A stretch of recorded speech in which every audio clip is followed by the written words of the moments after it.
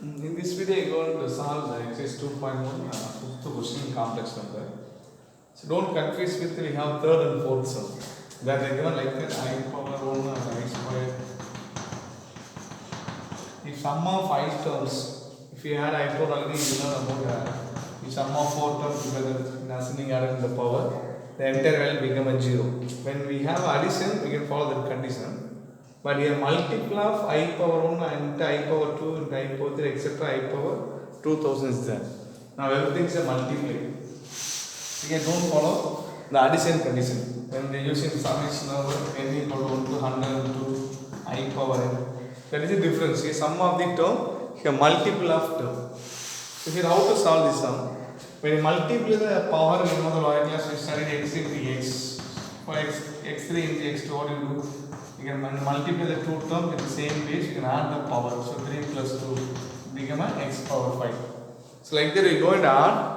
When you multiply the same, everything is the same power. So when you multiply, then I power, you go and add entire the power. Here power is 1 is there. So 1 plus 2 plus 3 plus etc. 2000. Already you know the sum of natural number. What is the formula? Sum of natural number. So 1 plus 2 plus 3 plus etc. n. So sum of natural number equal to n into n plus 1 by 2. N into n plus 1 by 2 is a formula of sum of natural number. So here sum of natural number only until 2000. Here until n terms. So here n value is 2000. So in I power we can write 2000. So n plus 1. So 2000 plus 1 by 2. Okay. When you eliminate that term, the 2000 became a 1000. It became a 1000. Now we have I power 1000 into 2001.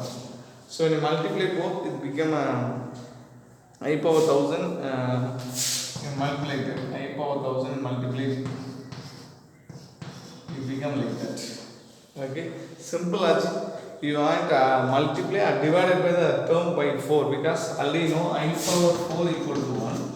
So the entire value divided by 4, if the remainder 0 comes, the value become a 1. If the any other remainder comes, write as a I power. So take and divide. So divided by 4. 1 4 is 4, 5 4 is 20. 0 0 times possible. In only 1 times possible.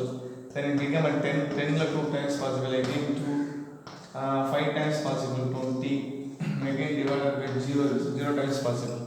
So there is no way get remainder 0. So when divided by the term 4, it become a 0.